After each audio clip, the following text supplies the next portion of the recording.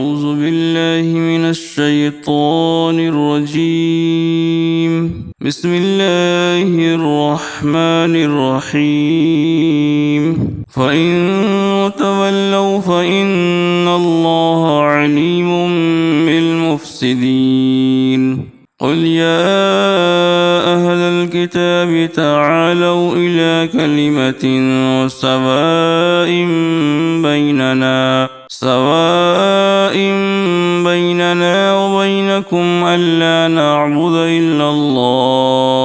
إلا الله ولا نشرك به شيئا ولا يتخذ بعضنا بعضا أربابا من دون الله. فإن تولوا فقولوا اشهدوا بأننا مسلمون. يا أهل الكتاب لم تحاجون في إبراهيم وما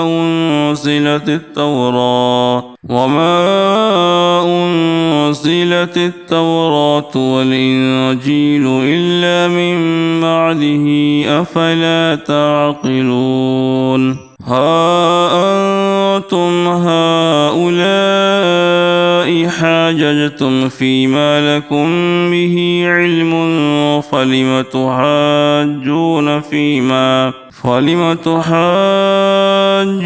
فيما ليس لكم به علم والله يعلم وأنتم لا تعلمون.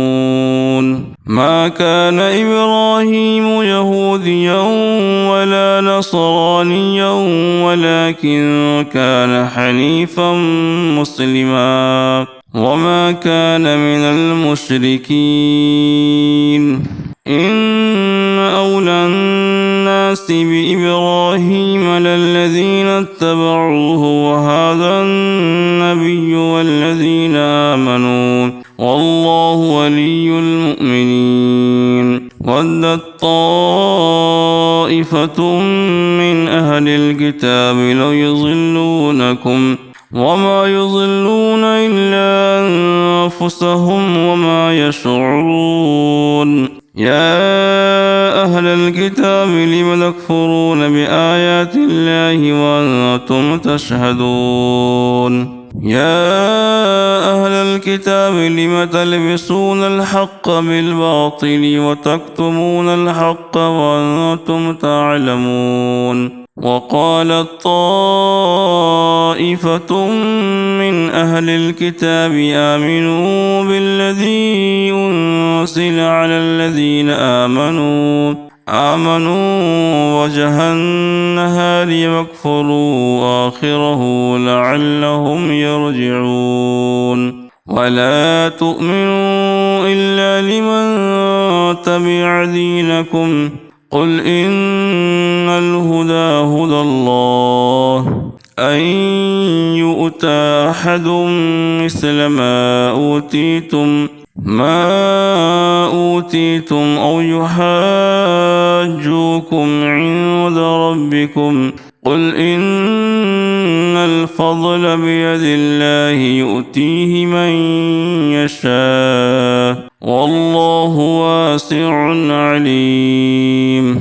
يختص برحمته من يشاء والله ذو الفضل العظيم. ومن أهل الكتاب من إن تأمنه بقنطار يؤده إليك ومنهم من إن تأمنه بدينار لا يؤده إليك إلا ما دمت عليه قائما ذلك بأنهم قالوا ليس علينا في الأميين سبيل ويقولون على الله الكذب وهم يعلمون. بلى من أوفى بعهده واتقى فإن الله يحب المتقين. إن الذين يشترون بعهد الله وأيمانهم ثمنا قليلا أولئك لهم في الآخرة ولا يكلمهم الله ولا ينظر إليهم يوم القيامة ولا يزكيهم ولهم عذاب أليم. صدق الله العظيم.